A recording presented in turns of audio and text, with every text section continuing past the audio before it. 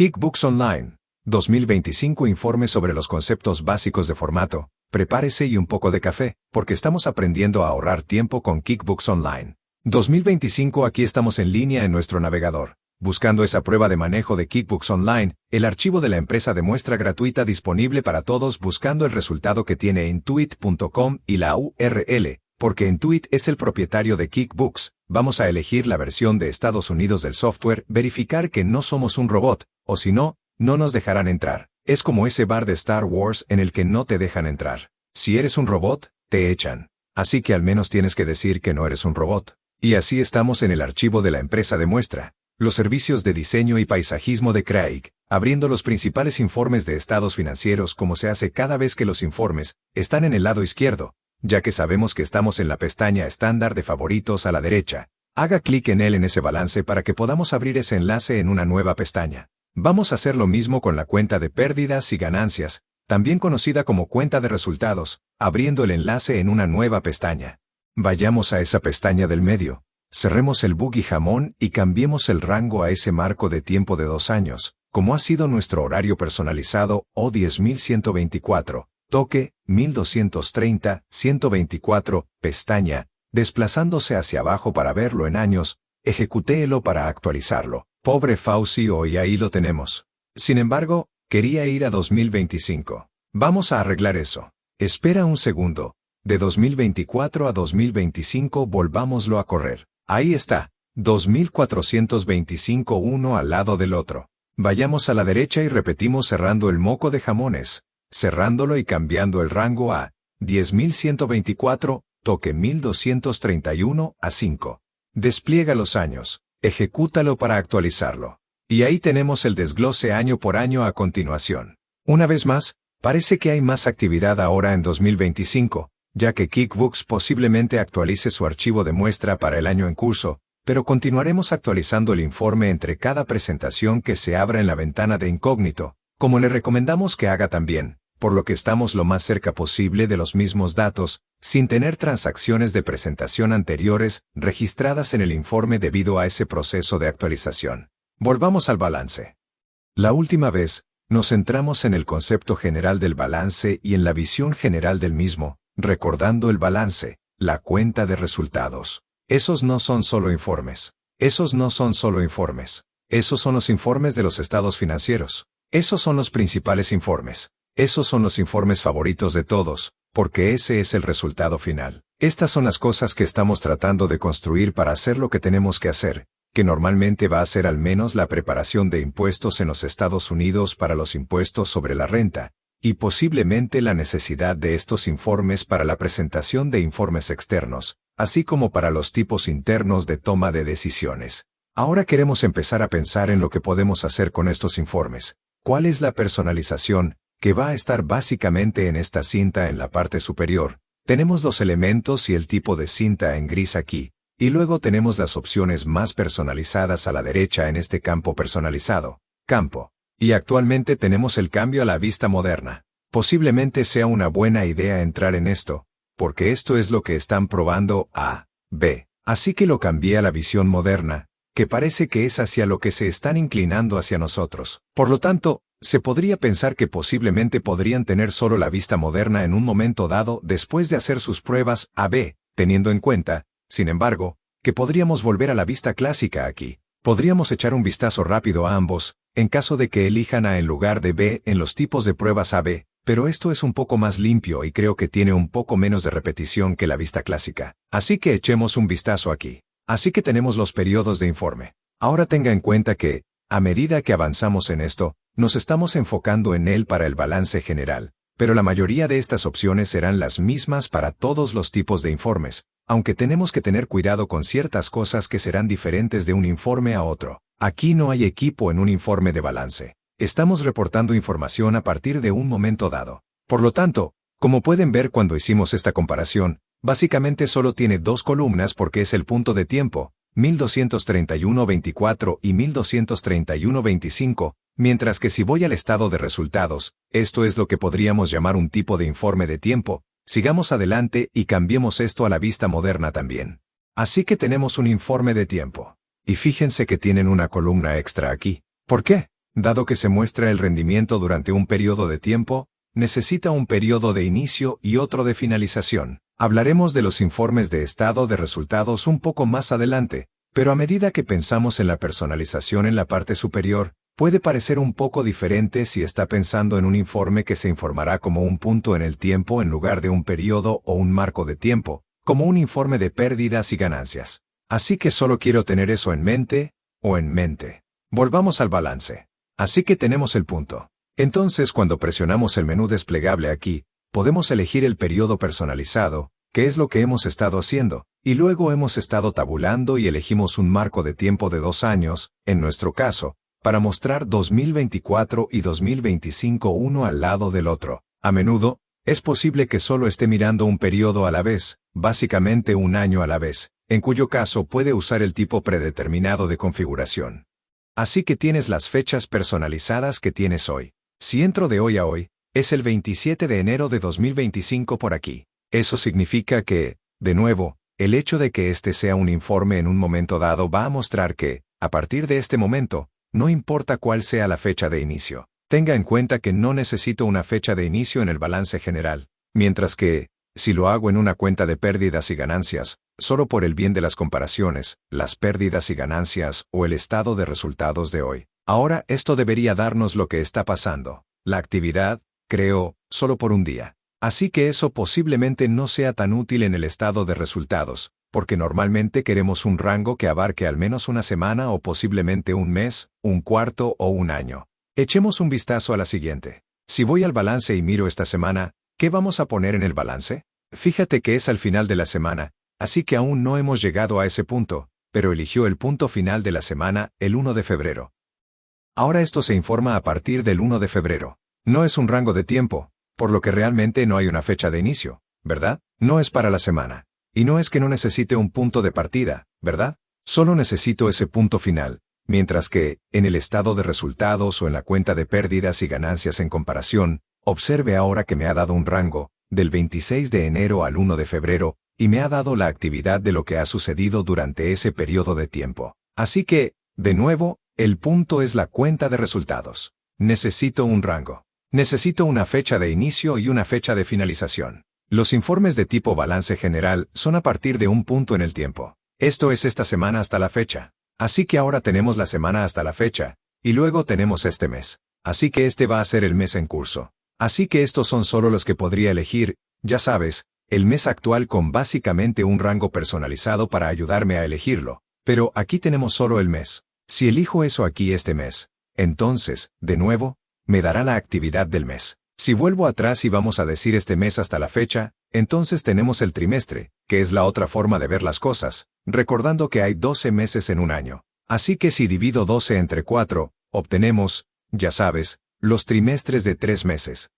Y luego vamos a decir este trimestre hasta la fecha, este año. Así que esto va a ser bastante común, ¿verdad? Así que ahora vamos a obtener los datos de todo el año para el año en curso en el que estamos trabajando, es decir, básicamente a finales de año. Ahora, fíjate que si entro en la cuenta corriente aquí, entonces llegamos a lo que podríamos llamar un informe del libro mayor, y fíjate que el rango aquí es de enero a diciembre. Así que permítanme mostrarles eso de nuevo. Si vuelvo atrás, observe que el balance es a partir del 31 de diciembre de 2025, esto solo necesita una fecha. No importa cuál sea la fecha de inicio, porque es a partir de un punto en el tiempo. Pero el rango se vuelve importante. Porque si digo que esto es un año, entonces cuando entro en los detalles, como lo hago a menudo, cuando estoy trabajando en las cosas, voy a querer entrar, digamos, en la cuenta corriente para ver lo que publiqué, llegando, en esencia, a un tipo de informe de contabilidad general, lo que llaman un informe de transacciones. Este es un informe de tiempo,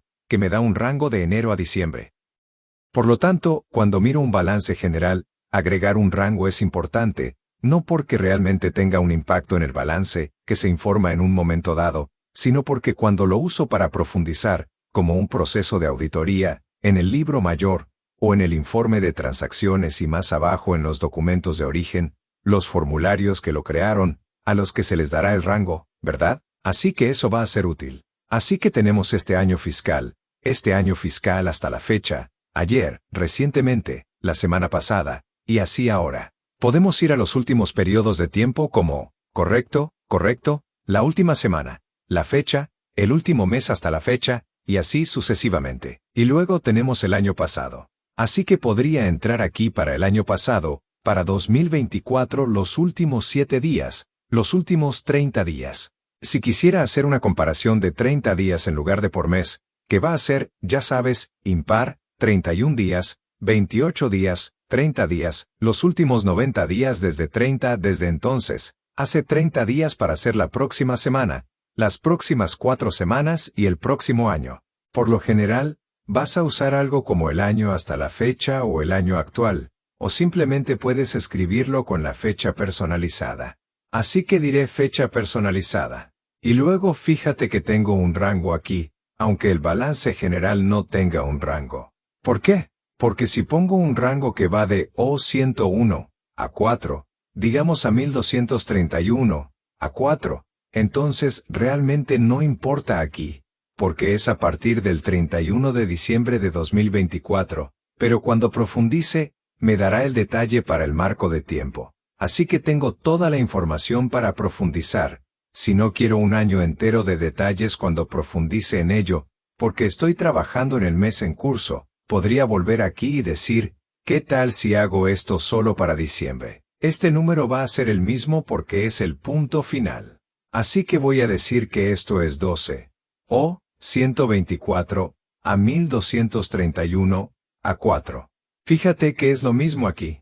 Eso no cambió, pero si entro en él, entonces me va a dar el detalle solo para diciembre. Así que puedes ver cómo ese rango es útil para cuando profundizo en el libro mayor, para poder reducir la cantidad de actividad en el balance. Si hago lo mismo en el estado de resultados, habrá un cambio, es decir, si doy un rango de fechas personalizado, y paso de O101 a 4 a 1231 a 4, entonces este número va a diferir que si cambio esto a 12, o 124, porque ahora muestra la actividad para un periodo de tiempo de un mes, creo que eso difiere. Por lo general, diferirá en función de la entrada de datos que vaya a haber allí. Así que esa va a ser la idea en los rangos de fechas. Luego tenemos el devengo frente al efectivo. Ahora bien, esto es algo sobre lo que la gente a menudo se confunde y tiene preguntas, señalando que la acumulación es el valor predeterminado. Por lo tanto, como regla general, desea mantenerlo en devengo, a menos que tenga alguna razón para ponerlo en algo que no sea devengo. Y podrías decir, bueno, oye, quiero estar en un sistema basado en efectivo. Es posible que estés en un sistema basado en efectivo o basado, ya sabes, en el tipo de industria en la que te encuentras, aunque esto sea una base seleccionada y de acumulación. Así que permítanme mostrarles lo que quiero decir aquí, porque de nuevo, mucha gente tendrá preguntas sobre esto, y también surgirá el tema de los impuestos, porque podrías decir, oye, mira, he elegido ser un anexo C en un sistema basado en efectivo y en impuestos, así que tal vez debería cambiar esto a un sistema basado en efectivo. Así que déjame darte eso, déjame darte la idea. Voy a ir al diagrama de flujo de aquí, notando que este es el diagrama de flujo de escritorio, aunque estemos usando QuickBooks Online, porque solo estamos mirando el flujo de los formularios, que será el mismo en cualquier tipo de sistema de contabilidad. Entonces, cuando digo que estoy en un sistema basado en efectivo, o estoy en un sistema basado en acumulación, tenga en cuenta que hay algunos sistemas de contabilidad en los que puede decir que está en efectivo o en devengo, y no habrá una diferencia en los informes sobre un efectivo frente a un devengo, porque solo habrá una diferencia cuando haya una diferencia entre cuándo se obtuvieron los ingresos o se incurrió en los gastos, y cuándo pagó en efectivo por los gastos o recibió efectivo por los ingresos. Entonces, una forma en que podemos verlo es decir que no hay diferencia entre una base de efectivo y una base de acumulación, a menos que haya una disparidad, una diferencia en el momento en que obtuvimos ingresos, o cuando incurrimos en gastos y cuando recibimos el dinero por los ingresos obtenidos y pagamos el dinero por los gastos. Así que serán lo mismo, pero desde un punto de vista práctico, la mayoría de la gente lo ve como cuando hay una diferencia. Cuando se produce esa diferencia, es cuando estamos en una base de devengo. En otras palabras, básicamente dirás que estás en un sistema basado en efectivo. Si tienes un sistema de contabilidad simplificado en el que recibes dinero en el mismo momento en que haces el trabajo y pagas el dinero al mismo tiempo que incurres en el gasto, aunque sea lo mismo, el devengo o el efectivo serían lo mismo. En ese caso, y estás en un sistema de acumulación en esos casos en los que hay una diferencia, porque te obliga a estar en un sistema de acumulación. Déjame mostrarte lo que quiero decir. Digamos que estamos en el lado de los ingresos, y digamos que, como si estuvieras en una caja registradora, por ejemplo, o digamos que estás en una situación de trabajo temporal. Si estás en un trabajo por encargo, te van a pagar durante el mismo mes en que hiciste el trabajo por YouTube. O diga, vamos por los ingresos de AdSense. Y podrías registrarlo, por ejemplo, con un formulario de depósito. Cuando recibas el formulario de depósito, vas a aumentar el efectivo en ese momento, y vas a aumentar los ingresos en ese momento. Y se podría decir, básicamente, que estás en un sistema basado en efectivo. Lo estás registrando a medida que recibes el efectivo, posiblemente con el uso de los feeds bancarios, eso tiene sentido. Pero podrías decir, oye, mira, también estoy en un sistema basado en la acumulación, porque desde el punto de vista de la acumulación, debería registrar los ingresos en ese mismo punto cuando obtuve el efectivo, no porque sea cuando obtuve el efectivo, porque es cuando hice el trabajo, hice las cosas de YouTube y lo puse por ahí, o lo que sea, ¿verdad? Si Google me está pagando, o hice el AdSense y así me pagaron. Por lo tanto,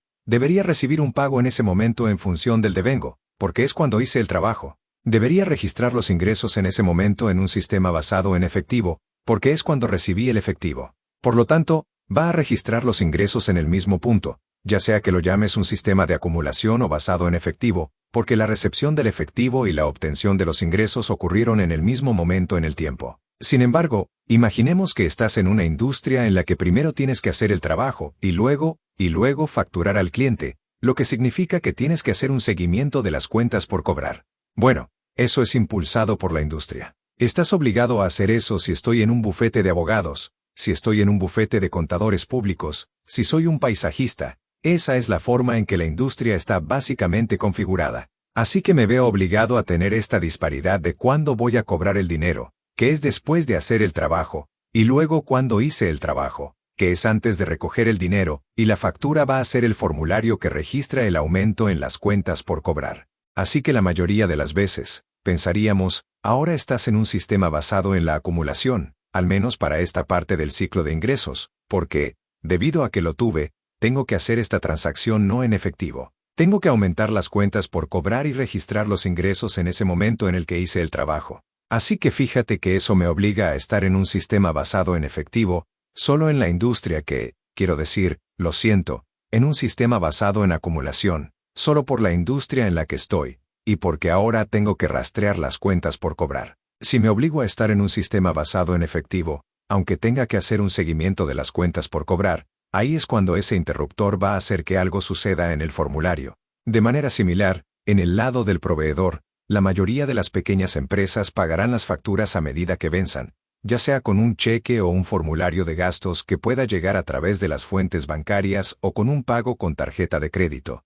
Y por lo tanto, básicamente, diríamos que están en un sistema basado en efectivo, pero también se puede decir que están en un sistema basado en la acumulación. Es solo que están pagando por la cosa en el mismo momento en que incurrieron en el gasto. Es solo cuando ingresan la factura que se ven obligados a hacer una cosa de acumulación. Ahora bien, hay una diferencia entre el momento en el que incurrió en el gasto y el momento en que va a pagar el gasto y tiene que lidiar con ese componente de acumulación de las cuentas por pagar. Entonces, lo que eso significa aquí para fines de informes es que no necesita cambiar esto a un sistema basado en efectivo si está en un sistema simplificado si, por ejemplo, está registrando todas sus transacciones con formularios de depósito a medida que se liquidan en la cuenta bancaria, y registrando los ingresos cuando eso sucede. Y estás registrando tus gastos con formularios de tipo de gasto a medida que liquidan la cuenta bancaria con fuentes bancarias. Entonces estás, en esencia, en un sistema basado en efectivo, porque estás pagando cosas y recibiendo cosas.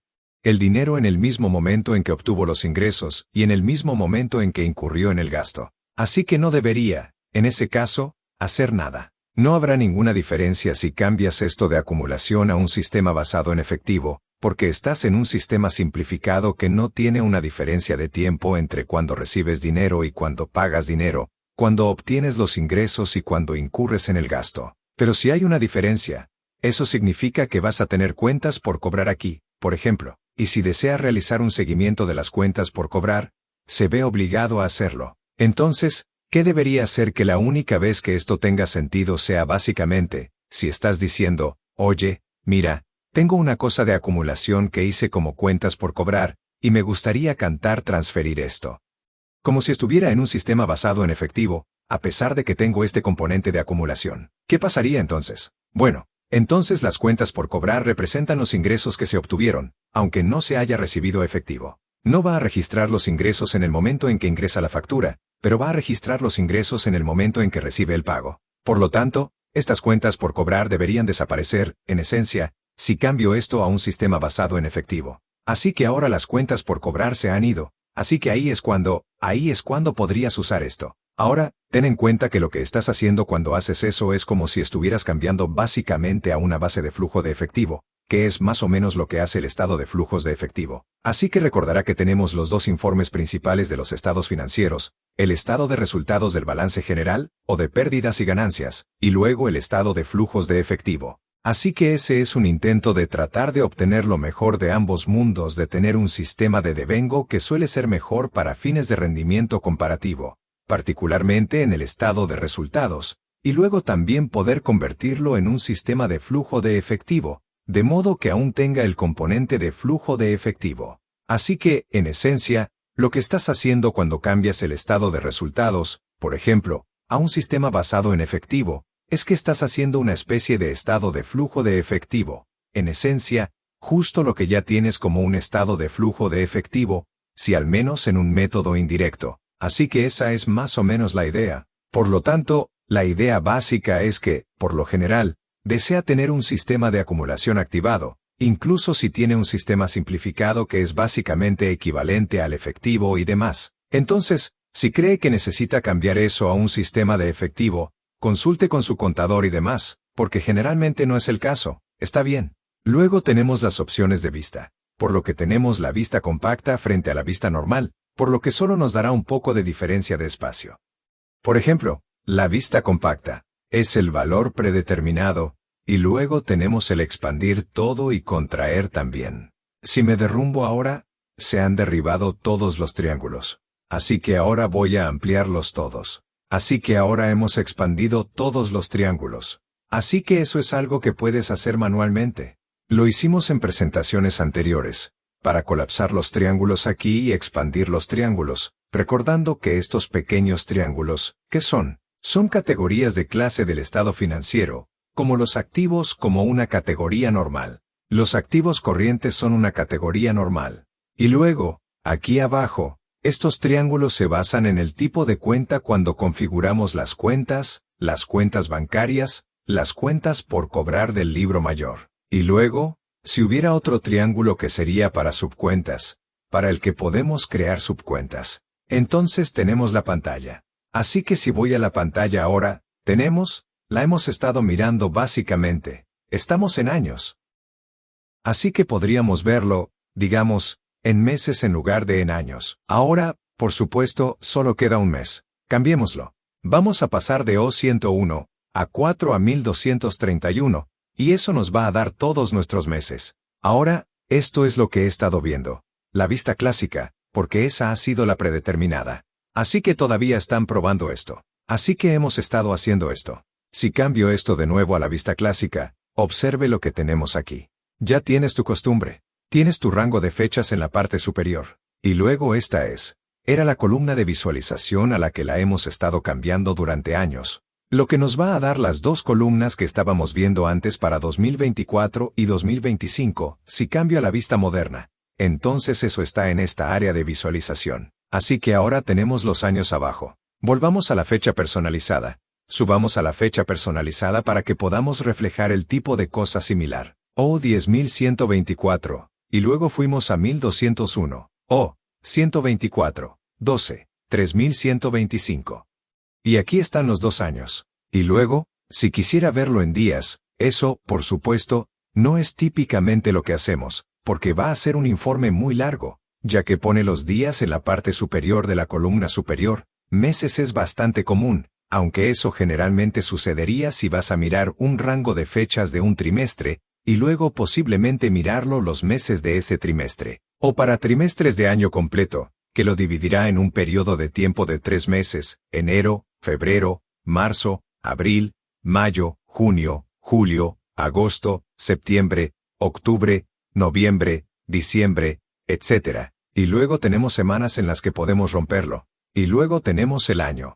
Los dólares que hemos estado usando, por lo que tenemos el marco de tiempo de 2 años, y lo estamos dividiendo entre los 2 años, también podemos desglosarlo por producto y servicio, un poco bueno, mucho más inusual de hacer, pero posiblemente algo que podría ser útil.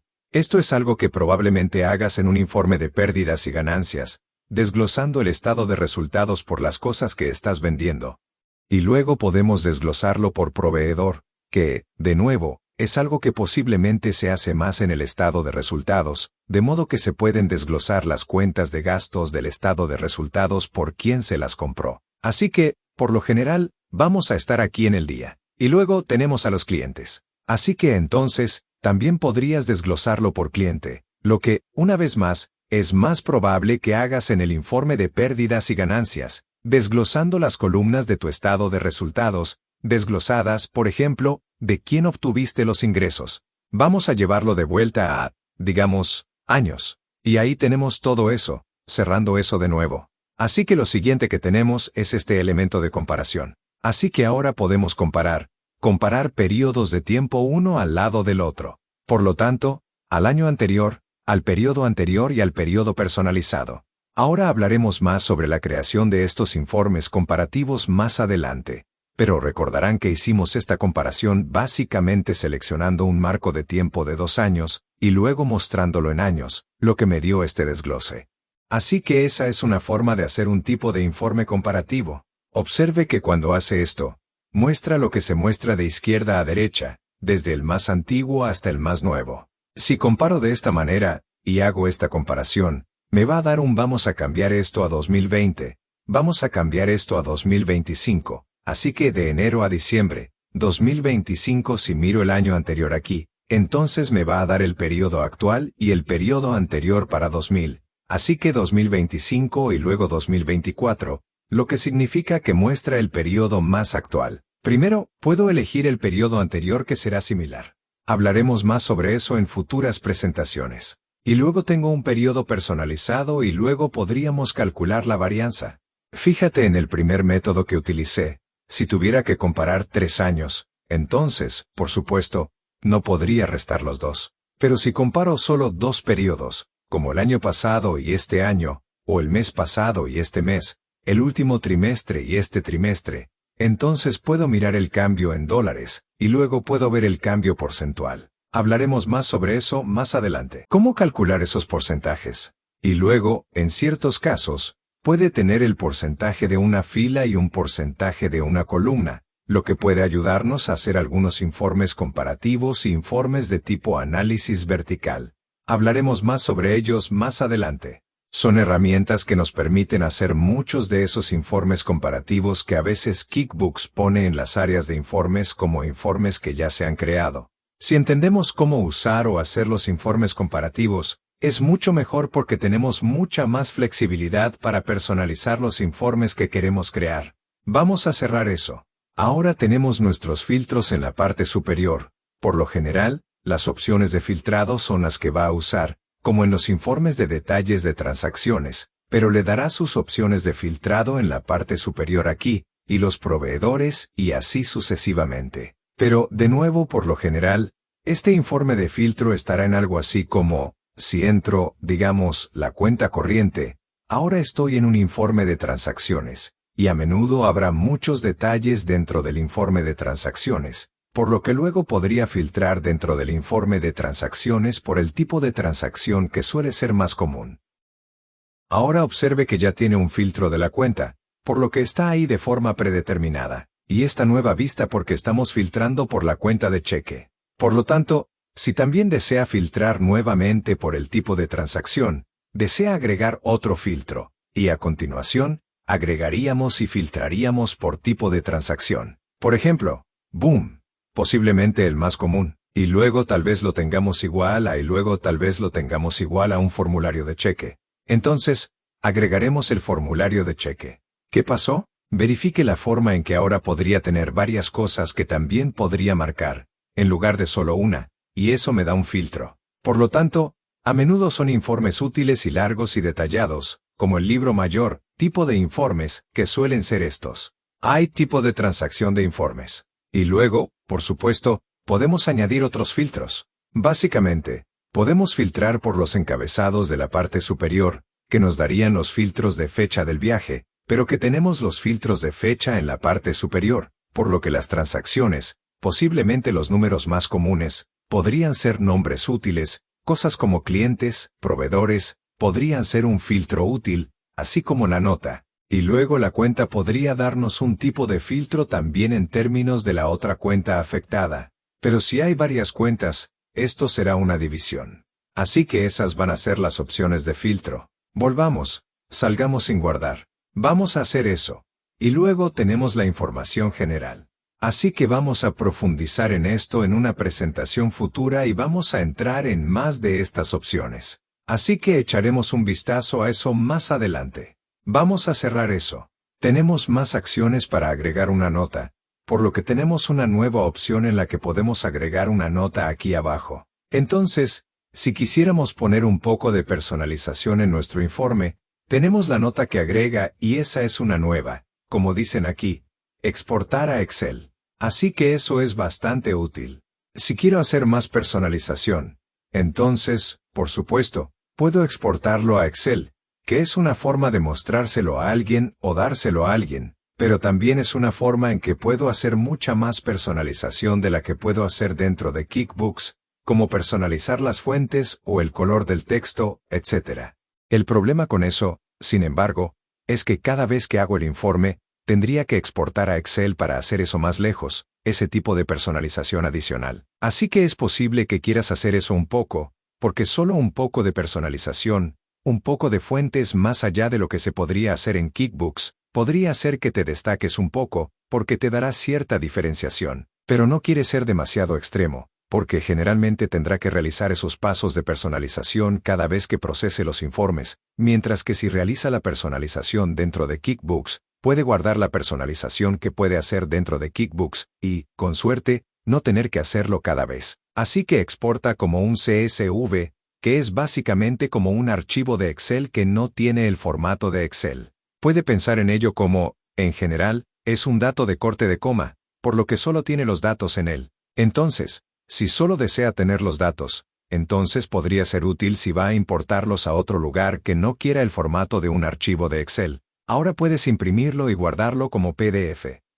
Eso va a ser bastante común si quieres guardar el informe como PDF para dárselo a otra persona.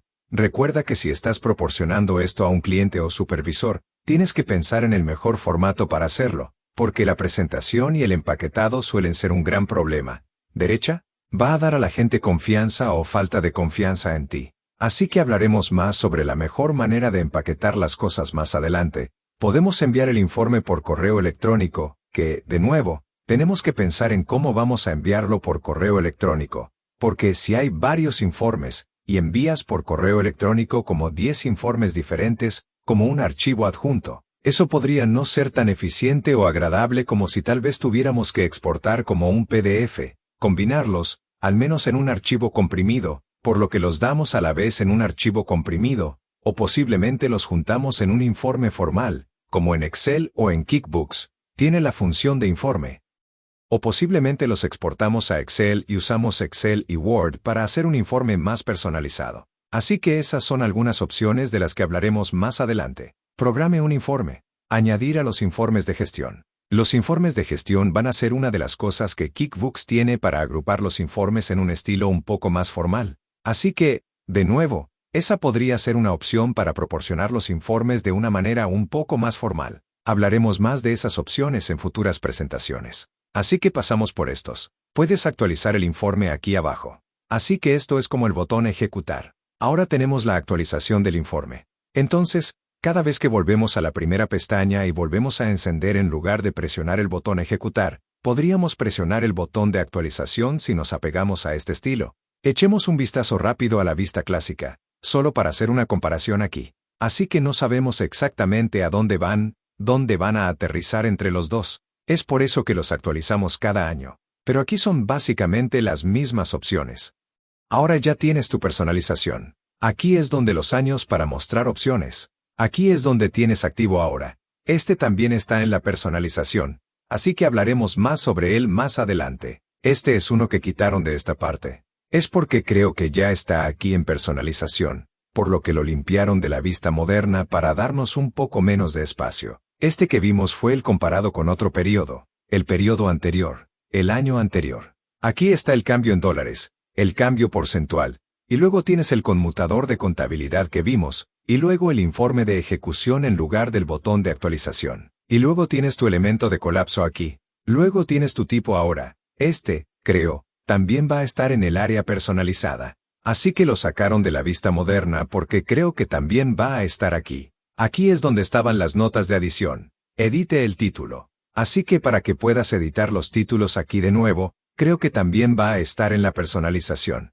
Así que la vista antigua, la vista clásica, tenía algo de repetición en la vista estándar y en la personalizada, que creo que son algunas de las cosas que limpiaron en la vista más moderna para hacerla un poco más elegante aquí, y luego tenga esas otras opciones en personalizar. Entonces tenemos el título. Puede enviarlo por correo electrónico. Aquí está la opción de correo electrónico, aquí está la impresión y luego aquí está la exportación a Excel, exportación a PDF, agregar para administrar informes. Y luego el botón de engranaje tiene la vista compacta frente a la vista no compacta, y puede hacer clic aquí, ajustando el título y luego las otras opciones. Y esta vista está en las opciones de personalizar, que se ve así. Así que esto es en lo que entraremos la próxima vez. Pero se puede ver que hay un poco de repetición aquí con, por ejemplo, el clásico, el efectivo frente al devengo y así sucesivamente. Tengo algunos duplicados, que creo que limpiaron un poco de nuevo, y la vista moderna. Así que esto es con lo que nos ocupamos con QuickBooks Online. Estas opciones son básicamente las mismas. Puedes ver que las opciones realmente no han cambiado. Es solo el formato de la superficie, generalmente en el lugar donde se encuentran las cosas, y el tipo de suavidad de la barra que están tratando de probar a B. Eso es lo que generalmente va a suceder. Esa suele ser una de las razones por las que, de nuevo. Así que la vista antigua, la vista clásica, tenía algo de repetición en la vista estándar y en la personalizada, que creo que son algunas de las cosas que limpiaron en la vista más moderna para hacerla un poco más elegante aquí, y luego tenga esas otras opciones en personalizar. Entonces tenemos el título. Puede enviarlo por correo electrónico. Aquí está la opción de correo electrónico, aquí está la impresión y luego aquí está la exportación a Excel, exportación a PDF, agregar para administrar informes. Y luego el botón de engranaje tiene la vista compacta frente a la vista no compacta, y puede hacer clic aquí, ajustando el título y luego las otras opciones. Y esta vista está en las opciones de personalizar, que se ve así. Así que esto es en lo que entraremos la próxima vez. Pero se puede ver que hay un poco de repetición aquí con, por ejemplo, el clásico, el efectivo frente al devengo y así sucesivamente. Tengo algunos duplicados, que creo que limpiaron un poco de nuevo, y la vista moderna. Así que esto es con lo que nos ocupamos con QuickBooks Online. Estas opciones son básicamente las mismas. Puedes ver que las opciones realmente no han cambiado. Es solo el formato de la superficie, generalmente en el lugar donde se encuentran las cosas, y el tipo de suavidad de la barra que están tratando de probar a B. Eso es lo que generalmente va a suceder. Esa suele ser una de las razones por las que, de nuevo,